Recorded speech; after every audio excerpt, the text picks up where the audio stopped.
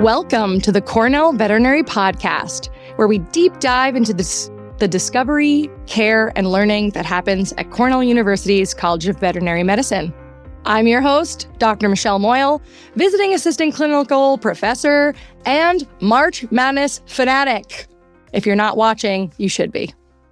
My guest today is Dr. Andrew Miller, Associate Professor and Section Chief of Anatomic Pathology at Cornell. Don't worry, folks, we will get into all of these definitions. He is also a triple red alumnus. Oh, Cornell, having received not only his bachelor's degree and his doctorate of veterinary medicine from the Big Red, but also did his residency here as well. Wow, you really like Ithaca. Beyond that, he's a diplomat of the American College of Veterinary Pathologists and is involved in other pathology groups, including the Canine Brain Tumor Consortium, which we will absolutely talk about because I am not dying because you're a pathologist and I prefer not to die talking to a pathologist, but we will learn more about it later. But I'm very excited and welcome to the show. Well, I'm very excited to be here. I look forward to our conversation. I am not a huge March Madness fan, but it's also college hockey season. So that's where my interests go. And Cornell just won a opening round upset last night. A huge upset for those listening. The Cornell men's hockey team won it with 10 seconds left in the third period. I, too, am a Cornell hockey fan. Women's hockey also did very well. They didn't go as far as I wanted, but they had an excellent year. Awesome. Oh, sports fans everywhere, rejoice. We're not just talking science. So, well, first and foremost, we know each other. So this is like fantastic because I just get to chat with you. Like, I want to say not like always because we don't have time to typically talk, but it is really nice to talk to you in this capacity. And so first and foremost, because we have like a breadth of listeners here, and I would really appreciate if you can talk to those listeners and tell them what the heck is an anatomic pathologist? So, pathology is one of many specialty fields that is part of veterinary medicine, human medicine too. And anatomic pathology is a branch that deals with understanding diseases in tissues, which is either at the gross level, so you're holding a kidney in your hand and you're looking at a lesion and you're trying to figure out what's going on, all the way down to the microscopic level. So tissues get processed and fixed, and then we look at them under a microscope and we try to make sense of them and provide a coherent answer to a client, which could be an owner, it could be a veterinarian, it could be someone who's working with lab animals, researcher, lots of different ways. Gotcha. Our services really divide between biopsies. So many of the listeners will have their own pets, and their pets may get a lump or bump somewhere. That may get excised. That gets sent to a pathologist, and the pathologist excised means removed. Will come back and tell them what the diagnosis is. So I want to make sure I understand the process, or everybody understands the process. So jokes aside, even though I love me some true crime and I made a little joke, you're looking at animals also who have passed away, but animals that people might not be thinking about, like a live animal, right? They go into their vet, they may have a bump, and we could be worried about things like cancer. So Absolutely. That bump is removed by someone like me, a general practitioner, and then we submit it to you. And when you say it's fixed, meaning we kind of put it in a jar of like little chemicals to preserve it. Yep. And then you're literally like slicing it into microscopic sections to look at it. We cut it into small tissue sections. They get cut by our technicians into even smaller sections. I don't need to do that, thankfully.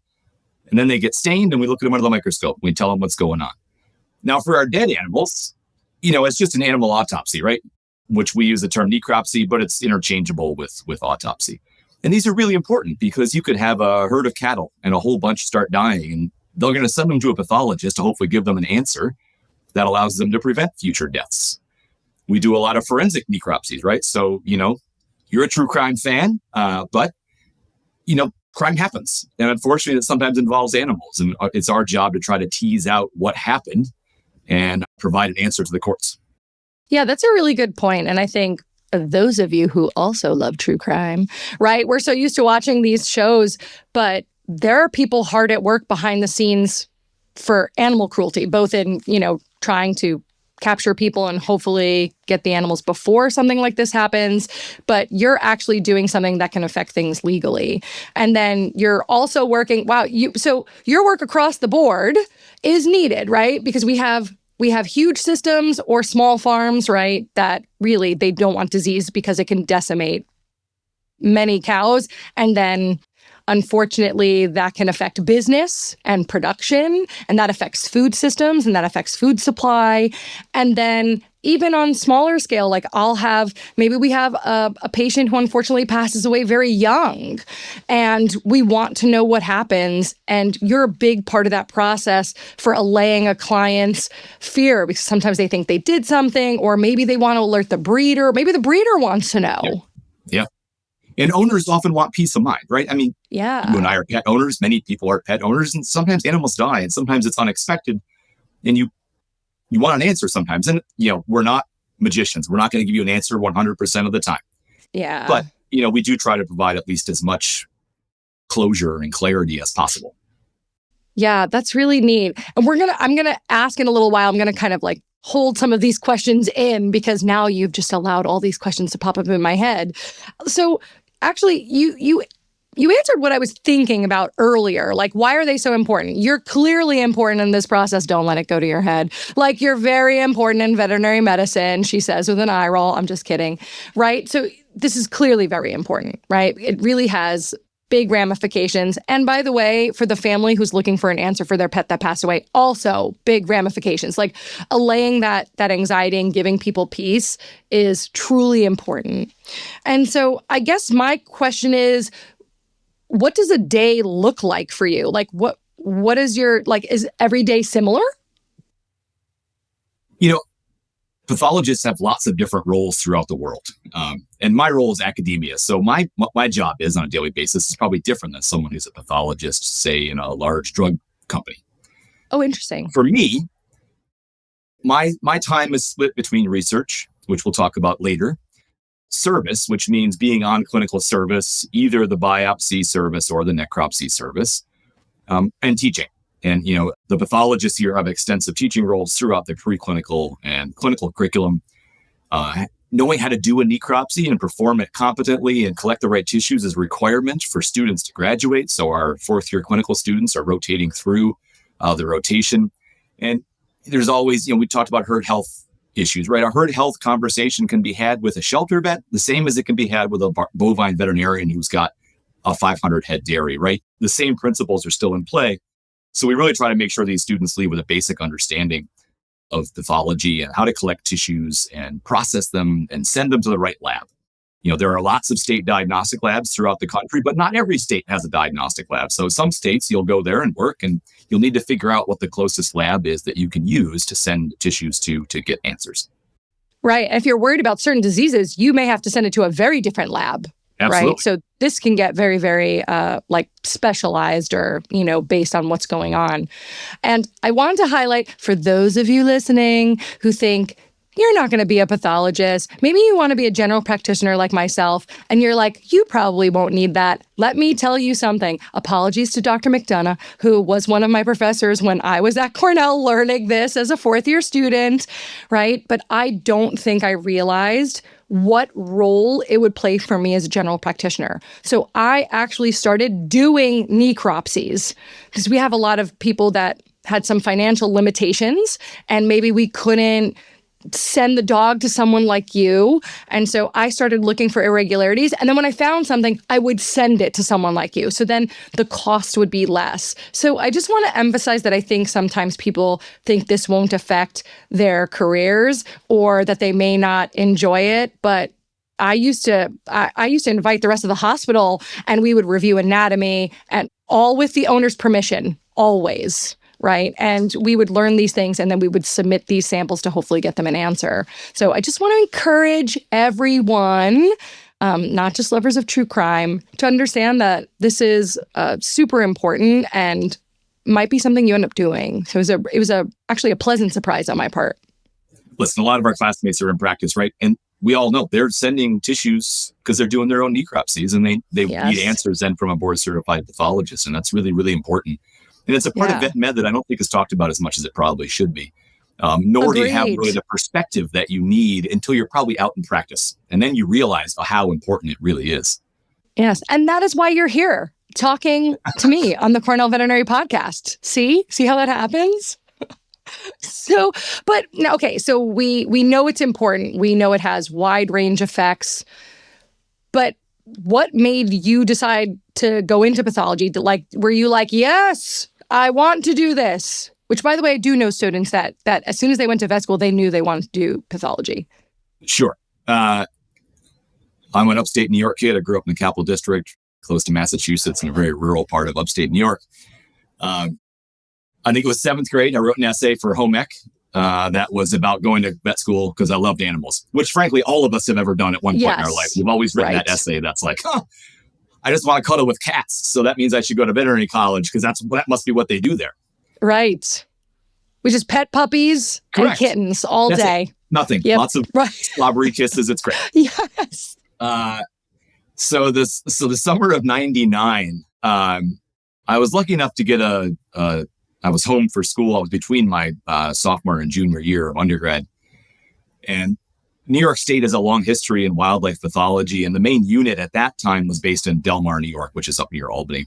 And I had contacted them for a summer job, not knowing what else to do. And they hired me because they needed summer help, like many places do. And that entire summer was spent driving around New York State, picking up roadkill, bringing roadkill back to the lab, dissecting it, boiling out specimens, making teaching preps. We would then go to some state fairs and have exhibits of different skulls and teach. Gotcha. When you say teaching, so sorry to interrupt, like teaching preps, like you would isolate, like remove tissue and like have just the bones or like just a certain organ. So I'd grab a skull and I'd say, hey, this is a fox skull, then teach the kids about teeth and dentition and all that kind of stuff. So at that point I was like, well, if I can get paid to drive, like just to dissect animals and figure out diseases, well, this is great.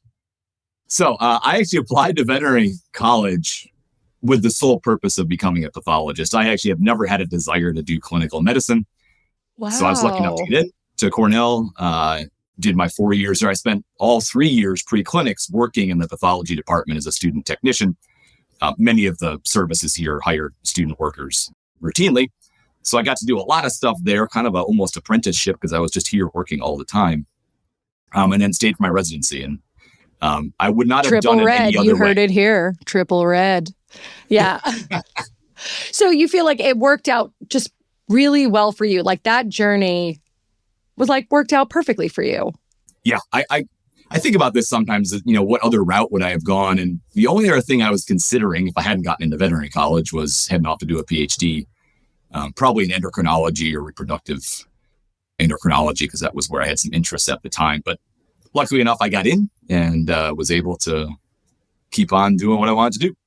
I love that. That's also great because then I don't have to talk about reproductive endocrinology right now. No offense to those people. We're going to focus on this. We're going to focus on this. Yes. Yeah, that's great.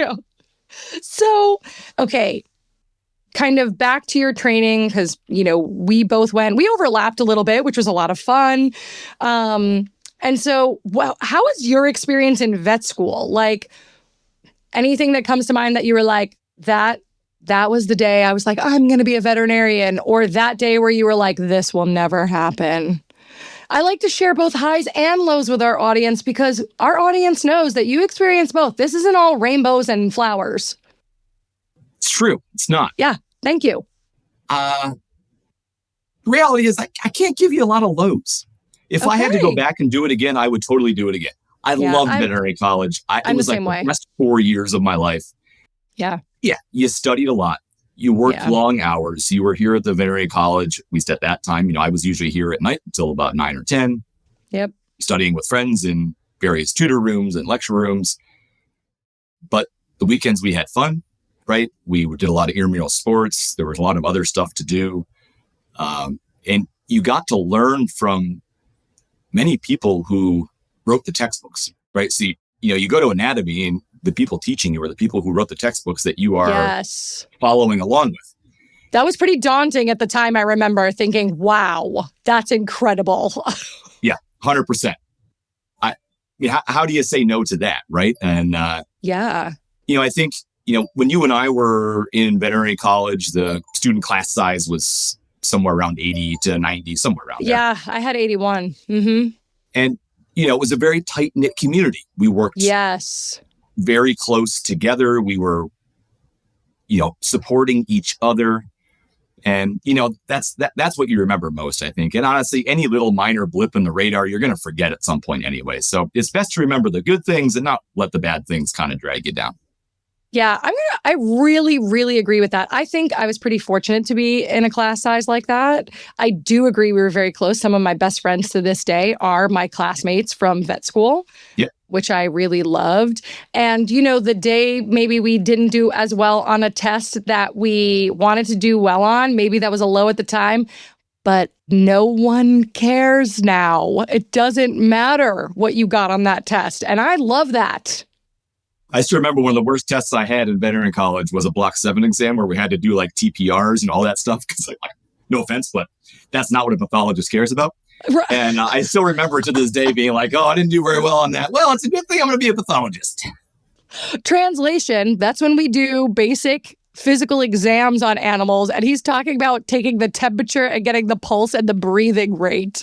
And he's like, nope, this is not for me. There's some numbers you need to know, and definitely in clinical practice, you got to know those for sure. You do. You need to know. You need to know the right heart rate and things. Uh-huh. Yeah, that's really solid. And so I'm going to get to, I want to jump in and talk about your research, because I think people who really enjoy research are a really unique type of person. I like research, but I like applied, like clinical research. And I know a lot of people at the university do it and at the college. But I'm just curious, did you ever have a day when you were doing a necropsy and you were like, what? Like you found something and you could not believe it. Like, tell me you found like a horseshoe in a dog and you were like, how did this happen? Probably happens every week you're on necropsy. I mean, my gosh. Diseases present in weird ways that you're never going to think of. Yeah. There are lesions that you see and at the moment you're dumbfounded because you have no idea how a disease could present that way. Yeah. Sure. We find all the usual weird foreign bodies and all the different types of cancers everybody gets. But I think the important thing about pathology is that it humbles you every day. And the really hard thing is gross pathology, where you're doing the necropsy, autopsy. What you think in the flesh, you're looking at an organ, you're saying, oh, it's going to be this.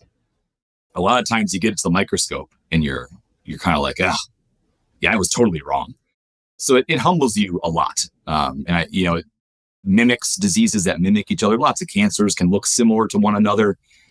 So the microscopic detail is really critical to let us understand what the pathology is. That's neat. And I appreciate that, because I think sometimes all we want to do, especially as young doctors, is be right. And we're often sometimes things surprise us. You're right. Like animals present with all sorts of different clinical signs, and sometimes they're hard to interpret, and we can make a guess based on experience and based on the information we have so far with testing, but that changes. So I really, really appreciate that. But let's just go back. I actually also really appreciate that you mentioned that the surprise was on the microscopic level. But just so we know, was there anything on the gross level when you were in the middle that was not even related to a disease where you were like, what? And you don't have to talk a specific patient. We would never do that. But just something like you were just really surprised. Well, in the heat of the podcast moment, yes, I cannot think of a good example. Yes, I get you. It's always you're in the hot seat. Yeah. Or the triple red seat, according to Cornell. So I don't have a good answer for you on that one, but we can edit that part out. You absolutely. I will. I could share something. I actually went to surgery with a dog that we thought ate a toy. It became blocked and I removed it. And it was I'll never forget it. It was a plastic turkey, like a little squeaky turkey. And they had given this dog this toy on Thanksgiving, but I didn't cut it out until after Christmas. So that thing was hanging out in there for like a while. So just so you all know, beware of the plastic turkeys. Sometimes they get back. Well, that's really awesome. Okay. So we kind of talked about what you do on the day-to-day, which is really interesting in academia, right? Because somebody in maybe corporate practice or a practice at a hospital, they might have a different day-to-day because maybe they're just doing pathology. I say just, I don't mean just, but like doing they're looking at a lot of samples all day long, where you're teaching pathology, or, service essentially means we like go to committee meetings and do these other things. And so so you have to do research. A lot of us do. What is the focus of your research right now? Like, tell us about it. So I've always been drawn to comparative pathology in general. In fact, my first job post-residency was at Harvard Medical School as a comparative pathologist before I came back here on faculty. Will you just tell people what comparative means? Yeah, so comparative pathology just means taking lesions in an animal and comparing it to similar diseases in humans. Awesome. Not all are translatable, right? Some things that dogs get, that's all. That dogs get it, nobody else does. Same thing for humans. Lots of things humans get we've never described in veterinary medicine, although maybe we will at some point. Yeah. But my goal is really to kind of better understand disease presentations, especially neuropathology, so pathology of the brain, spinal cord, peripheral nervous system, and then tumors as well. I'm very interested in cancer broadly. Yeah. Neurology, I think those of us who were here up until the late 2000s that were trained by Sandy De La Junta and Brian Summers and others, you can't not have left here with an interest in neurology. And correct. For me, it Impossible. was neuropathology. Yes. And, there's not a lot of people that do neuropathology. There's a kind of a small cadre of us around the country that collaborate with one another frequently. And for me, a lot of the issues are that we're still lacking a lot of the descriptive basic understanding of entities. And if you don't have that basic understanding, you can't ever think about how you can translate that into new treatments, new prognosis, new ways to translate it to a human disease, and so on. So that's where my interests have always laid. Gotcha. What do you mean by we're lacking descriptors of entities? Yeah, so let me give you an example. Gliomas are one of the most deadly cancers of the brain. They arise from a variety of glial cells and their precursors, and they're devastating in humans. They sure are. Especially in pediatric patients where they're unfortunately do occur with some regularity. And they occur pretty frequently in dogs, especially certain dog breeds. Boxer dogs, for instance, Boston Terriers, Frenchies. Oh, a lot of brachycephalic breeds, like smushy face breeds. Not all the brachycephalics, but many of the brachycephalics are predisposed to them. They've all got some similar genetics in their background, so they probably all carried forward whatever the underlying mutations are. Sure. That there was never really a good diagnostic grading schema for these things. And if you don't have a grading schema, for instance, you can never actually develop prognostic studies that say, hey, this dog has this tumor, and then treated with X drug, this is the outcome, right? You need to define the basic diagnostic features first before you take the next step. And sometimes I think we've maybe not done that to the detail that we need to in veterinary pathology. So that's where a lot of my interest has laid. And that's actually how one of the arms of the Canine Brain Tumor Consortium that you mentioned earlier, that is a group that was funded and is funded out of the National Cancer Institute, and whose goal is really to utilize the dog as a potential model for human brain cancer. Sure. We started with gliomas. There's lots of different arms to it. I'm just involved in the pathology arm, but there's, biomarker discovery, there's outcome groups and whatnot. Our group, though, really kind of redid the grading considerations for gliomas in the dog. And now there's a well-published and well-accepted grading scheme that can be applied for prognostic studies. And that allows for far better research that is easily applied to studies, no matter what those study goals are. Gotcha. So grading meaning we can look at this tumor and say, this is whether it's a number grade or high grade or low grade, meaning really diseased or really bad, helping us to say, oh, we think this dog has this grade of mass. So their prognosis, meaning how long they might live, and even we hope how they will respond to treatment. Right. which is a huge benefit if we can correlate those, right? Like prognostic indicators with treatment options. That's so neat. And I really, really appreciate the comment that you made, like you're in one arm of this. So you're working with many other doctors, oncologists. I'm sure you're working with other researchers as a group to try to figure out and navigate this road. Yeah, and one of the really cool things about that brain tumor consortium is it's brought together specialists in the veterinary medicine realm and the human medical realm. So for our pathology boards, we had MD pathologists and DVM pathologists, and that really provides a layer of context that is often lacking in veterinary medicine. I'm a big proponent of not having us be siloed. There's a lot of communication that should happen between the medical fields, and not every disease is applicable to humans as it is to animals, but there are some, tactical advantages you can use when partnering with MDs. That they have more tools often than we do, or at least we do yet. Maybe we will in another 10 years or so. And if you look at human brain tumor diagnostics, they're really deep into the genetics and looking at what are the underlying genetic causes of those tumors. And we're not even there yet in veterinary medicine. But because we've been able to start this project, we are now starting to understand what some of the mutations are. They're very different than many of the mutations in human medicine, but the dog, if you compare their genomic landscape, is actually potentially a really good model for pediatric gliomas in humans. They share a lot of similarities. So that's why this every cancer that dogs get, you could study in this way. And many people do. There are people who focus just on urothelial carcinoma, which is a tumor of the cells that line your urinary bladder and related tissues. There's also a good model potentially for some human diseases. So this is where I think veterinary medicine is going to really start to grow in the next decade. There's so much to be done, and there's so much from an academic pathologist perspective to be done that no one can do it in one lifetime. We have 10 plus pathologists here, everyone with their own different specialties. Some are focused just on diseases of the skin. Some are specialists of, hematopoietic organs like lymph nodes and spleen. Because while we're generalists, we have to at least have some organ system or some desire to focus on one, thing. Yeah. I really appreciate all of this info because I think it's really helpful.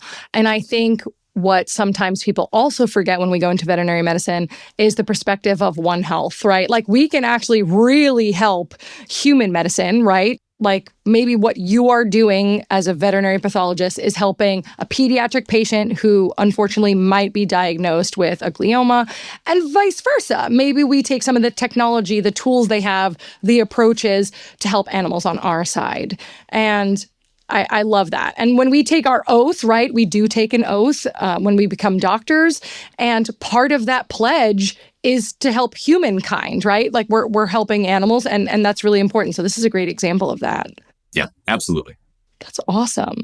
And so if there was, I know you're trying to answer like a lot of questions, but if you could think of one question, maybe two, I could give you two. One question you're like, I would love to know the answer to this in my research, what would it be? Or do you say to yourself each day when you work with the consortium, like, this is my goal, like this is the question that keeps me going? Yeah.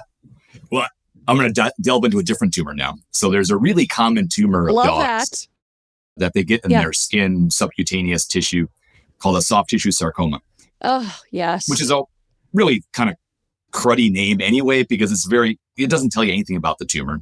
Yeah, agreed. There's a grading scheme for it that's been applied for probably close to 20 years now. And no one knows what cell type these tumors arise from. And we really don't have a good handle on what's predictive or even what tumor types are captured in that whole broad diagnosis of a soft tissue sarcoma. We just finished up a research project here looking at the genomics of these tumors, but I'd love to figure out what is the cell that these tumors are coming from. I think there must be some sort of a stem cell or pluripotent cell somewhere in the subcutaneous dermal like a cell tissue that starts out, meaning a cell that starts out as one type, but it can become this other type of sarcoma cell, right? That's where a lot of cancers arise from, right? Because they have the internal machinery that allows them to proliferate, whereas a differentiated or end-stage cell is less likely to transform. So if I could figure out what cell type those tumors are coming from, I'd be thrilled. That would be awesome. As a practitioner who's cut many off of dogs. And let me tell you, they're in places, by the way, listening audience, that often they make them very difficult to remove. You know, legs where there's not a lot of skin, sometimes on the elbow, like it can be really, really difficult. So learning more about this can really help with treatment because we really just try to cut as much of it out. And sometimes it's really, really difficult. So definite translation into my side of things, which I really, really appreciate. Oh, that's awesome. Wow. You had one question. I'm like, I don't know. I can't think of a question every day, but that's awesome. I mean, I have lots of questions. Most of them are existential. So I don't usually, I'm not going to have answers to those. Oh my gosh. When a tree falls in the forest, he asks himself that every day. So what, like, you do a lot of things. What is your favorite thing about being a pathologist in academia, like, or a pathologist in general? Oh, that's a tough one to answer. You know, one of the reasons I love academia, I grew up in an academic family, so I was always drawn to academia as where I'd end up with my career. Oh, neat. But I love teaching the students, but especially my residents. You know, I've trained several dozen residents now over the last almost 20 years now since I got boarded. And, you know, they challenge you, but they keep you honest. And, you know, I love seeing them then succeed in whatever their next path is. And the great thing about pathology is it's so diverse a field that, you know, one may go work in a zoo as a pathologist for a zoo. One may go work in academia at a different institution. One may go work in industry or pharmaceutical. And they can all succeed in different parts of pathology. And you know, until I lose that drive, I don't see myself going anywhere else because I just enjoy teaching them so much. And hopefully they feel the same way, although sometimes I have to be a little bit hard on them, you know? Tough love, is that what I'm hearing? Yeah. Any of his residents, feel free to email me at any time. No, I do. Actually, I would say one of the best things about teaching, and I think that this is what you're also alluding to, is seeing like that light bulb moment when they're putting stuff together is so cool. Yep, agreed. I love that. And it's very meaningful to have that moment with them and share that, right? Because now they know it. And hopefully it stays in there. I say that, but I've forgotten many things. So that's fun. And I really love that because, again, teaching is important. And then those residents will potentially go on to teach others. We have plenty of our residents who are in academia at different veterinary colleges. And, you know, that's so cool. I'm in contact with all of them. Almost all of them text me on a weekly basis about something. And that makes me feel good, right? I want to be there to continue to support them as they start their career. And I think mentorship it's something that's none of us are trained to be mentors when we go through veterinary college, right? There's a very specific thing that we're trained to do, and that's not it. Yes. So you got to learn on the fly, especially when you're in academia. You know, having you know, people who mentored me over the years and seeing how they were successful was a great way for me to give back to my community. Agreed. And for those listening who are looking for a mentor, it is true. Sometimes we're not taught and we do learn on the fly. We kind of take what we love from different mentors and we hope that we can, you know, take those abilities and share them with our mentees. But it is a two-way street. And because I talk about mentorship a lot, right? Like we want someone who also actively seeks knowledge and looks for your help, maybe after they've taken the journey to try to find the answer on their own, right? Like you are there to provide answers, but at the same time, the learning process is just as important, if not sometimes more important. Absolutely. And that's why, you know, not to plug our curriculum here, but listen, you know, the curriculum here is a case-based curriculum. And that allows a student to develop in that way because that's what you do as a clinician.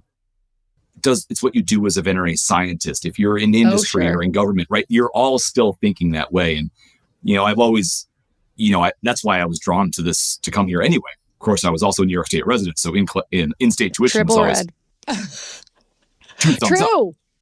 True. But, you know, sitting in lecture, it's very passive, right? It's just a one-way street. Whereas active learning is really, I think, such a critical way to set yourself up for success. When you end up with whatever your first job is.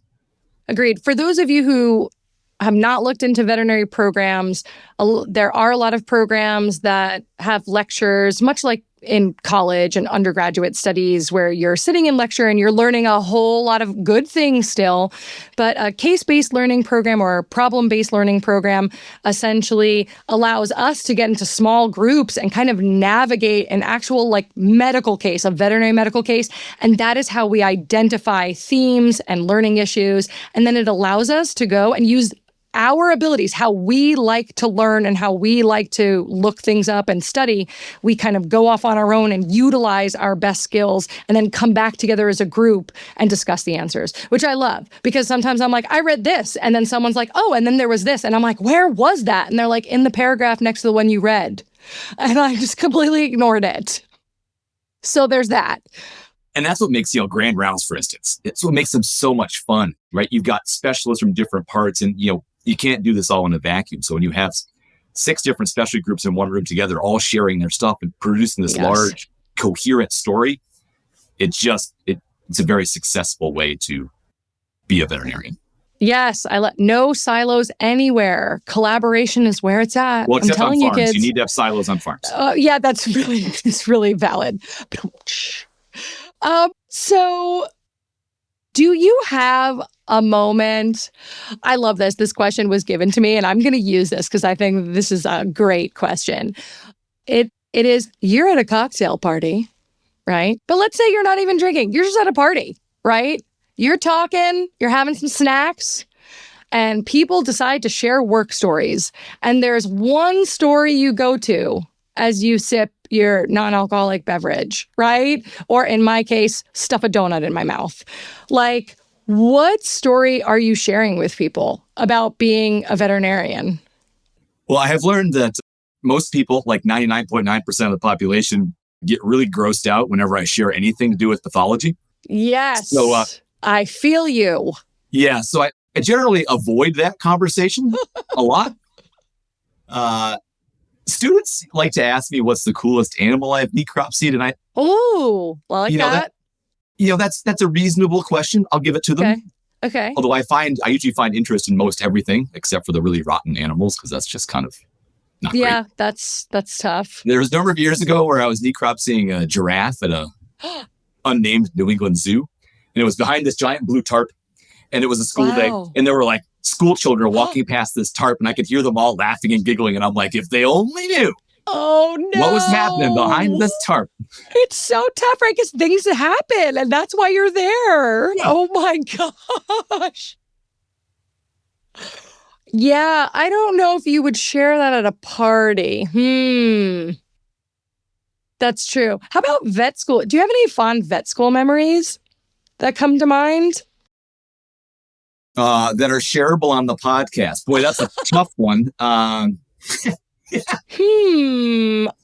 great thing about vet school that you know very well is we were 2 years apart, and I was obviously very close to your class for a variety of reasons, which means I sort of got to do vet school twice. So I was a resident when you were in your 3rd and 4th year, and I got to see you on clinics, in fact, as a resident. Which means I got to enjoy the best of both worlds almost twice, which was great. That's neat. Yeah, I didn't think of it like that because I think what I would think is you're so focused on your residency, that maybe you didn't have the time to kind of enjoy and go through it. But that's really awesome. Actually, just fun fact, each of us found a spouse on the Cornell campus, which I really love. I really love that. Yeah, I actually met mine in undergrad, but then we were several years apart and ended up in your vet class. And then that's when we started dating in that. But mine was intramural basketball. We're back to sports. We're back to me being a March Madness fan. I will say, I remember when I was offered my residency, I was home in rural Eastern New York because it was early December and I was studying for the NAVLE. And the NAVLE, I was taking it in Albany at that point. Yes. The NAVLE is our national board exam to become a veterinarian, everyone. Big test.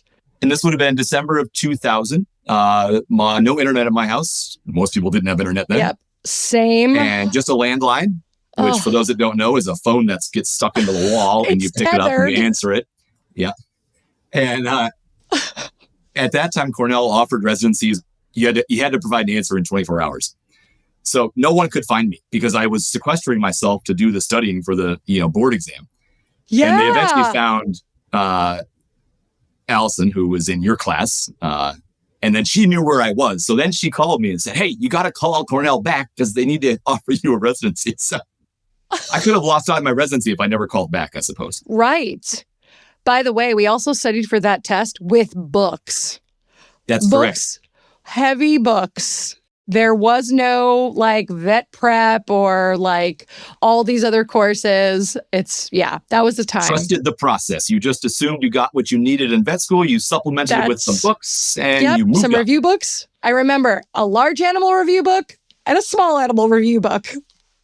We did that. And then lectures on chickens and pigs because they're diseases that we don't talk about much in New York State, or at least we didn't at the time. We didn't at the time. Oh my gosh. Okay. So favorite, now we're going to get to a little lightning round. Well, actually, before I jump to that, because I do want to get this little nugget of info, is what's something that people don't know about you? Just share it with this whole audience. Let's something right off the bat that you think, you know what, somebody probably doesn't know this about me. Life related or veterinary related? You can pick. I will. It is. The world is your oyster. Well, for people that don't know me, I'm pretty much an open book. So people that do know me, they know exactly what I'm into and what I'm gonna do. Okay. People who know him also email me and tell me what you think. Okay. Avid bird watcher, love bird watching. I love learning about new birds. So I do. That's a great, and anything outdoors really is where I want to be. My closest friends know that I'm an Adirondack 46er, which is actually what this mug says. I don't even know. Was that a sentence? What does that mean? The 46ers means you've hiked the highest 46 peaks in the Adirondacks, which is a mountain range in kind of north central New York State. So people who hike. Yeah, outdoor stuff. Outdoor stuff. Okay. So, I mean, I like to be outside. I refer to myself as outsidey, not outdoorsy. All right. No. I don't want to be like trapped anywhere. There needs to be a working bathroom nearby, but I am willing to go outside. An occasional hike. I mean, I did Camelback recently. I'm not going to lie. I thought I was going to die. Dr. Martha Klein, if you're listening, I'm very sorry about my lack of hiking ability. But it was definitely a fun time. But bird watching, I'm scared that I think that this is what happens as you age. It's amazing. I'm like with binoculars in my house because I don't want to go outside. I'm in my house. I've been bird watching since I was a little kid. But I really took to it in block 3, which is which in vet school is the course that straddles the end of your first year and the start of your second year. Yes. I don't know why that was the moment in my life where I really wanted to do it, but obviously I needed some sort of like outside zen at that time. And that's when I took to it. So interesting. I mean, you were learning a lot. So now, I have birdhouses with cameras in them now. Oh, that's a step up. Yeah, that takes it to a whole new level. Oh, I get notifications on my phone. Joyful. I'm like, some people are looking at like TikTok. I'm like, excuse me, there was a blue jay on my feeder just now. I have to look at that. Yeah. I like that. Yeah. So, okay, you are in the lab, you're working either on the microscope or you're doing gross path. Is music playing? On the necropsy floor, music is usually playing. Okay. Sadly, we have an old stereo that gets like 2 stations. Oh, okay. One of which is country, which no offense to my country fans, I rapidly turn it off of country. Ooh, people everywhere are. Yeah, sorry. I know. I get you. Yeah. It's to each their own. It depends on what kind of music I need. If I'm writing in my office, it's classical music. It's classical music. Okay, because you're like hyper focused. Correct. If it's just music in the background, I'm a 90s kid, so there's a lot of alternative rock that's going to be on Spotify. I support that. Classic rock is also going to be in there somewhere, as well as 80s. Yeah. Okay. And pretty much everything. I listen to it all. I like where you're coming from on this. Although somebody put on what they thought was classic rock in the OR because I would allow the students to pick the music when they were doing the surgery. And classic rock was Nirvana and Stone Temple Pilots. And I almost fell over. People, we're not that old, I swear. U2 is on classic rock stations now. Oh my gosh, heartbreaking. Okay, so we've got our food, we've got our music, snacks. Talk to me, sweet or salty? Oh, yeah, mostly sweet. I have a problem with sugar. I'm Same. addicted to it. I won't lie. I love a Same. good cookie. Yeah, and cookies, I love them all. Really? Oh, yeah. Okay. Awesome. And then if you are, I guess, actually, if you are faced with a cookie challenge, which cookie would it be? Depends on the time of year. Now I'm really going to let it all out Oh here. my So gosh, my family has this tradition of making a lot of Christmas cookies. We have recipes that go back many, many decades. That's neat. So we make like 20 different types of Christmas cookies. They're all really good. My kids are always super excited when December comes. That's awesome. I make a German pastry called Stahlen. I don't know what that is, but it's a pastry, so I'd eat it. It's a bread with candied fruit. It's got confectioner sugar on it. You can add nuts if you want. The fruit Wait, I take that back. Rum. I don't know how I feel about candied fruit. Oh, it's good. Yeah. Okay. All right. I'll take your word for it. And finally, this is a question I've asked quite a few times. Oh no. I believe there is a right answer. Star Trek or Star Wars? Oh, this is an impossible question. Hold on. Oh my God. So, as I said, I'm an 80s, 90s kid, right? So Star Trek, The Next Generation, These probably one of the have greatest to overanalyze. television shows ever written.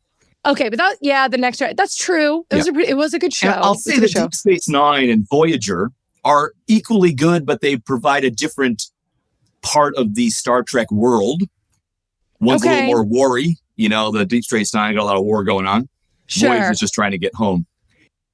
I actually don't think you can compare them because Star Wars is also great. I'm a big Star Wars fan, but it's really just a giant soap opera in the, universe. If I need to watch, I love sci-fi stuff. And if I need to have like a wind down session, I'll watch a Star Trek episode before. And I haven't watched any of the new Star Wars stuff on Disney. They're so good. I know. What? The Mandalorian is a great show.